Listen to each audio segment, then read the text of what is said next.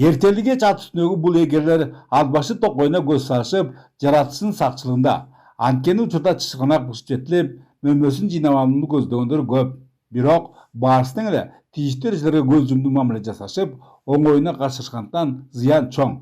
Экологдордун айтымдарында сынган бир бутак 3 жылда араң калууна келет. Андыктан мындай кайдерлик улана берсе, ар кандай пайдалуу өсүмдөргө, карагай, бадалдарга жана бак тарактарга бай кооз токойлорубуздан кол жууп калчугун анча алыс эмес. 2023 жылы Атбаш токой чарбасында бир мыйзам бузуу катталып, 33 өсүз токтойлек карагайлар кармалып, сот ишине өткөрүлүп берилген.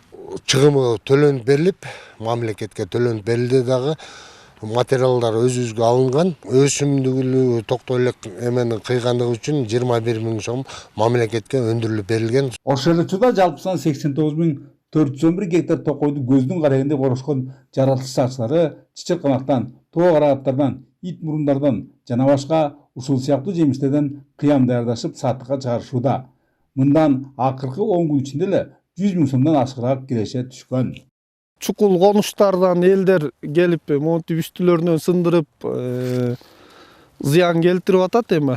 Ушу быйылтадан баштап токойчуларга аш терүү боюнча план бергенбиз. Алдын ала ушу биздин чарбабызда варенье жасаганга уже жасап баштадык вареньеларды.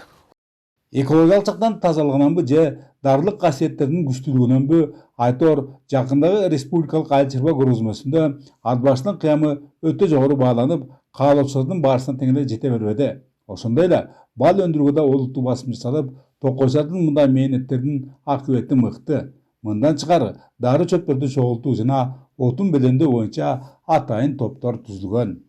Атбаштын ичиндеги суу алган теректерди, кургаган отундарды, көчкө алган теректиги карагайлардын чириктерин чогултуп келип, Атбаштын элине отун даярдап, ушу жеринде мешкебайт этирип, отун да сатып атабыз. Просто баягы эл барып токойдун ичине кирип кыркып алып албасын деп, ошо өзүбүз даярдап турган элге сатып атабыз. Бул дагы киреше болуп эсептелинет. Антсе да кирешелердин ири суммасы мамлекеттик токой фондунун жерлерин ар кандай багыттагы ишмердүүлүктөргө ижарага берүүдөн түшүүдө. Алсак, кызмат көрсөтүүнүн бул түрүнөн аталган чарба өткөн 9 айда 1.252.575 сом пайда тапса, жайыттар үчүн делинген аянттардыкы 1.193.942 сомду түзгөн.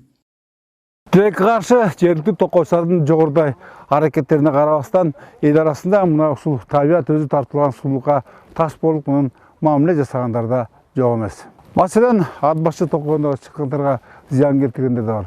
Мына өзүңүздөр көрүп тургандай, бул жердеги жырткычтык менен мамиле кылгандар монтип чыкарды сындыргандан тышкары мына мондай оттордо жайгашкан. Эгер токойчулар муну өз убагында өчүп калганда, балким бул токойдун тагдыры кандай болмок ким билет.